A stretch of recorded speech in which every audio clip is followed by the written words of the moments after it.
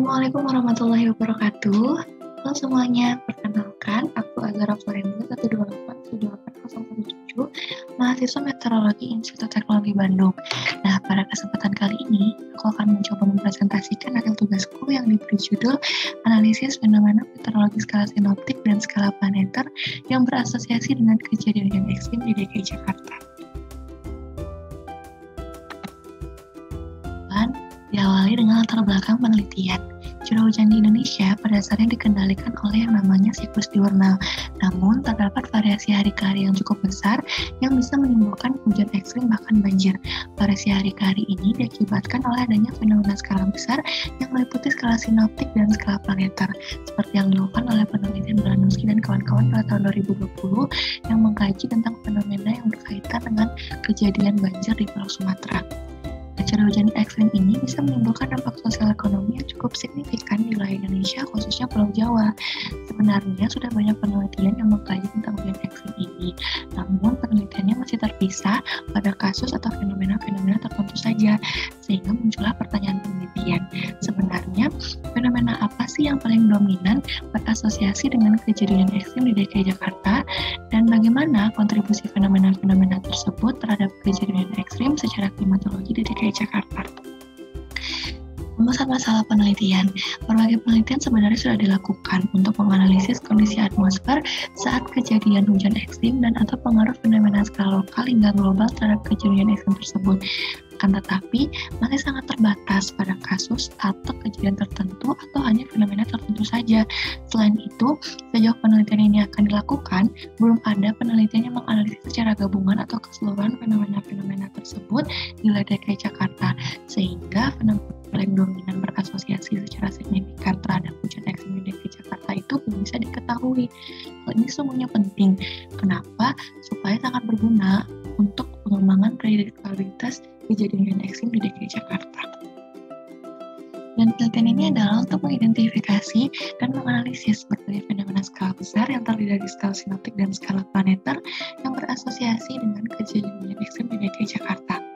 Kemudian batasan masalah penelitian. Jadi fenomena yang dianalisis dalam penelitian ini ada 4. Yang pertama ada CCEW, Coupled Convectively Equatorial Waves, yang dibagi menjadi 3 gelombang. Ada gelombang equatorial Kelvin, ada gelombang equatorial Rossby, dan ada mixed Rossby gravity. Kemudian yang kedua ada fenomena CHANCE, Cross Equatorial Lunar Search. Yang ketiga ada fenomena MGO, Median Julian Oscillation dengan fase 3, 4, dan 5. Juga yang terakhir ada fenomena skala yang lebih besar atau anomali iklim. Nah, data yang digunakan dari penelitian ini ada data observasi stasiun Kemayoran untuk identifikasi hujan ekstrim dan anomali iklim di wilayah DKI Jakarta. Ada data GSMAP untuk membantu analisis komposit, ada data histori banjir BNPB di wilayah DKI Jakarta, ada data indeks RMM1 dan RMM2 untuk identifikasi MGO, ada data spasial temporal LR untuk identifikasi CCEW, dan ada data angin reanalisis NCP-NCHR untuk mengidentifikasi fenomena CHANCE. Nah, dari dalam penelitian ini yang pertama dilakukan adalah mengidentifikasi terlebih dahulu kejadian hujan ekstrim di DKI Jakarta. Yang kedua, baru diidentifikasi fenomena skala sinoptik dan skala planeter yang berasosiasi di setiap kejadian hujan ekstrim tersebut. Lalu yang ketiga akan dilakukan kategori atau pengelompokan fenomena dan akan disertai dengan analisis kompositnya. Identifikasi kejadian ekstrim di DKI Jakarta menggunakan metode distribusi statistik 99%. Jadi, data curah hujan observasi dari 2001 sampai 2020 stasiun Kemayoran Jakarta Pusat itu didistribusikan secara statistik dengan ambang batas ekstrimnya 99% persentilnya, sehingga diperoleh 74 kejadian ekstrim di wilayah DKI Jakarta yang ada.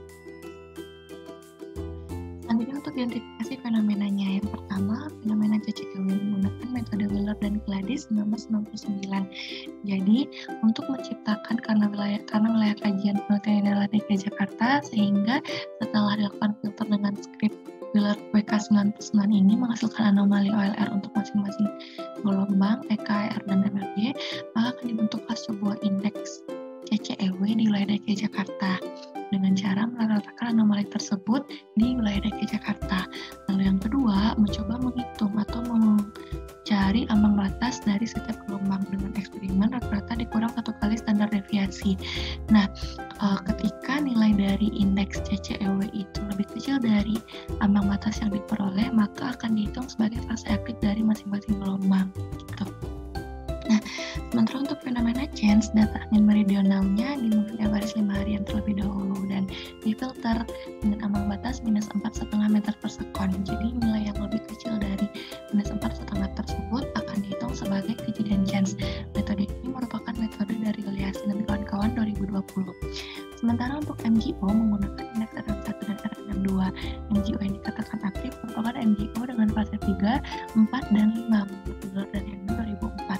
Selanjutnya anomali iklim.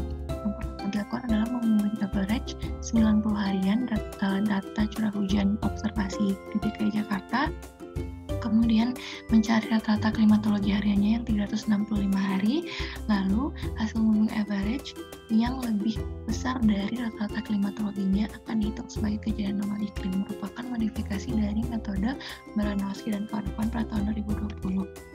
Nah, selanjutnya hasil pembahasan dari penelitian pertama untuk identifikasi kejadian hujan ekstrem di DKI Jakarta. Nah, ini ada time series curah hujannya dari 2001 2020 dan garis ini merupakan batas ekstrimnya yang 99% persentil yang nilainya 73,9 per hari. Nah, scatter yang berwarna merah ini merupakan curah hujan yang dihitung sebagai hujan ekstrim. Nah, jika dilihat 74 kejadian ekstrim yang berhasil diidentifikasi, jumlah kejadian setiap bulannya di sepanjang 20 tahun waktu kajian, nilai di Desember, Januari, dan Februarinya sangat besar dan polanya mengikuti pola curah hujan yang dimiliki oleh wilayah DKI Jakarta, yaitu pola monsunan. Nah, yang kedua, hasil identifikasi fenomena yang berasosiasi dengan kejadian ekstrim di DKI Jakarta. Yang pertama ada CCEW. Nah, ini merupakan grafik atau time series dari masing-masing indeks CCEW yang dimaksud untuk wilayah DKI Jakarta. Yang ini EK, DR, dan yang ini MRG. Nah, garis merah, hijau, dan kuning merupakan ambang batas dari si gelombangnya dikatakan aktif. Nilai EK-nya 7,53, DR-nya minus 7,87, dan MRG-nya minus 4,52 meter persegi. Nilai yang lebih kecil dari ambang batas ini akan dibagi fase aktif dari masing-masing gelombang dan kejadian CCEW-nya. Ada plot Muller LR-nya CCEW di tanggal 16 Januari sampai 5 Februari di beberapa sampel gitu ya. Yang kotak hitam ini merupakan lintang minus 6 sampai minus 7 dan bisa dilihat gitu. Yang warna hijau adalah variasi dari gelombang ER, yang warna merah EK, dan yang warna kuning MRG. Bisa dilihat gelombang apa saja yang melewati propagasi di wilayah DKI Jakarta.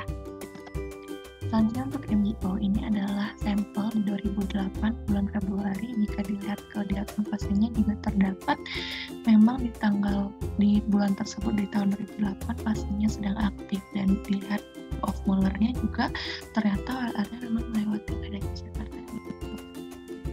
Ini yang lembab dan ini yang mungkin memicu gitu pertumbuhan awan-awan konvektif dan hujan ekstrim di wilayah tersebut.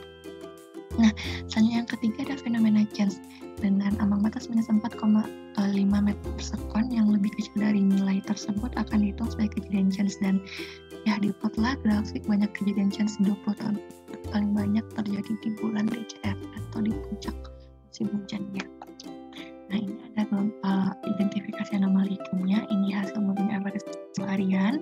Ini rata-rata metode 65-nya, dan ini ada salah satu overlay di salah satu tahun 2020 antara curah hujan yang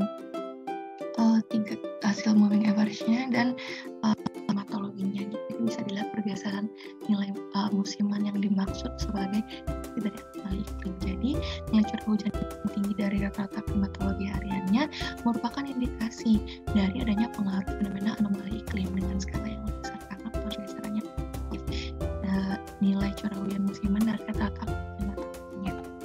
Nah, ini ada tabel cross check dari 74 ekstrim dan fenomena-fenomena asosiasi dengannya, sehingga nilai 40 EK, 43 ER, dan 46 MRG untuk fenomena CCEW, 20 untuk fenomena MGO, 33 untuk fenomena change, dan 37 untuk anomali iklim. Nah, 74 kejadian ekstrim ini ada satu hari kejadian ekstrim yang tidak teridentifikasi di tabel analisis dalam penelitian ini. Nah, ini adalah persentase atribusi fenomena skala sinoptik dan skala global atau planeter terhadap kejadian ekstrim di DKI Jakarta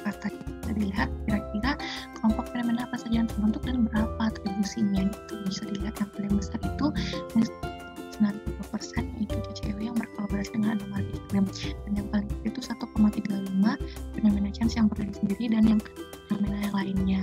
Nah, anomali iklim dan MJO ini dia berasosiasi dengan hujan ekstrim itu ketika ya, juga dengan yang tidak ada yang berdiri sendiri.